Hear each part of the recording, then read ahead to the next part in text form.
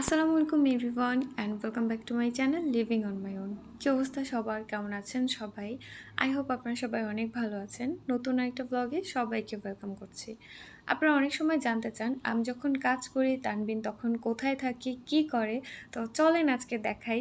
এই যে দেখেন, আমি যখন কাজ করি তখন সে আমার সাথেই থাকে আর এই সবই করে সে।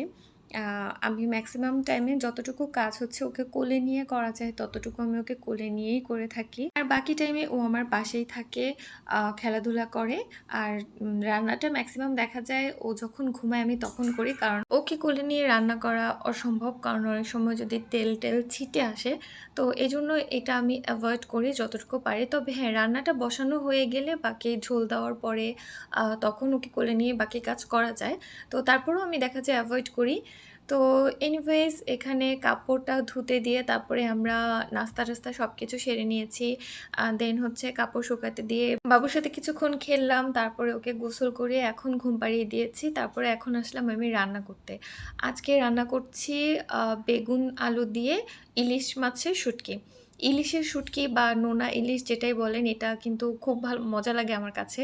আর বেগুনের সাথে বেশি ভালো লাগে। এটা না মানে খালি খাওয়া যায় না। শুধু যদি ভুনা করি তাহলে একটু বেশি সল্টি লাগে। তো ওইটার চেয়ে আমার কাছে মনে হয় যে বেগুন আলু দিলে একটা ভালো ব্যালেন্স হয়ে যায়, খেতে মজা লাগে। এনিওয়েজ আজকে আরেকটা নতুন রেসিপি আমি ট্রাই করছি। এটা হচ্ছে কাঁকরোল ভুনা। তো কাঁকরোল কেন জানি আমার কখনোই খেতে ভালো লাগে না। কাঁকরোল কেন, আসলে গরমের ম্যাক্সিমাম সবজি আমার খেতে ভালো লাগে না। তো কাঁকরোলটা আমার কোনোভাবেই ভালো লাগে না। তো আজকে ভাবলাম যে একটা নতুন রেসিপি ট্রাই করি। এটা আমি ইউটিউবে দেখেছিলাম। আমি যে খাই না একদমই তা না। আমি মোটামুটি সবই খাই। বাট হচ্ছে ওই যে পছন্দ করে খাওয়ার যে ব্যাপারটা, ওইটা আরকি। তো এনিওয়েজ এই রেসিপির জন্য প্রথমে কাঁকরোলগুলোকে লবণ, হলুদ, মরিচ দিয়ে ভেজে নিয়েছি। তারপরে হচ্ছে নরমাল যেভাবে আমরা রান্না করি ওইভাবেই আরকি পেঁয়াজ কুচি অ্যাড করে দিয়ে পেঁয়াজটাকে একটু ভেজে নিয়ে তারপরে এর মধ্যে মসলা অ্যাড করে দিব। আদা রসুন বাটা দিয়েছি। আর আমি যেহেতু খুব কম পরিমাণে রান্না করছি এ কারণে সবকিছু অনেক কম দিচ্ছি। তারপরে আদা রসুন বাটা অ্যাড করার পরে আমি এখানে মরিচের গুঁড়া, তারপরে হলুদের গুঁড়া আর একটুখানি ধনিয়ার গুঁড়া অ্যাড করব।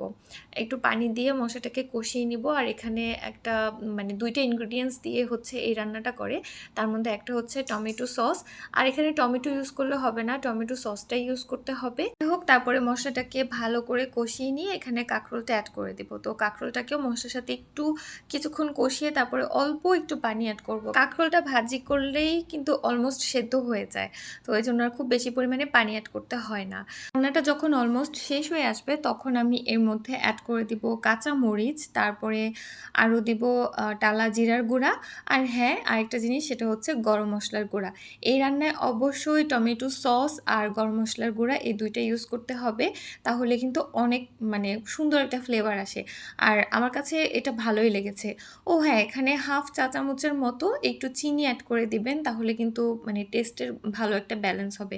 আর তরকারিটা এরকম একটা কি বলবো, ঝোল হবে না, একটু মাখো কনসিস্টেন্সির হবে আরকি। তো যাই হোক, রান্না-বান্না শেষ। গতকালকে পেঁপে দিয়ে শিং মাছের ঝোল তরকারি রান্না করেছিলাম। তো সেটা রয়ে গিয়েছে কিছুটা, সেটা এখন গরম করে নিলাম। এগুলোই ছিল আজকের আইটেম। তো লাঞ্চ সেরে নিয়ে তারপরে আমার যখন চুলাটা ঠান্ডা হয় তারপরে গিয়ে আমি চুলাটা ক্লিন করি। যেহেতু এটা গ্লাসের চুলা, তো আমি এটা কখনোই গরম অবস্থাতে ক্লিন করি না। একদম চুলাটা যখন পুরোপুরি ঠান্ডা হয়ে যায় তারপরে গিয়ে ক্লিন করি। কিচেনে কিছু নতুন জিনিস অ্যাড করতে হবে। আমার খুব ইচ্ছা করছে একটা কিচেন মেকওভার করতে। অ্যাকচুয়ালি শুধু কিচেন না, আমার মন চাচ্ছে বাসা সাজাতে। বাট এখন তো বেবি ছোট, এখন মনে হয় না এটা খুব ভালো একটা ডিসিশন হবে। তো এজন্য আরকি চুপচাপ আছি যে ঠিক আছে, দরকার নেই। বেবি বড় হলে তখন ইনশাআল্লাহ করা যাবে।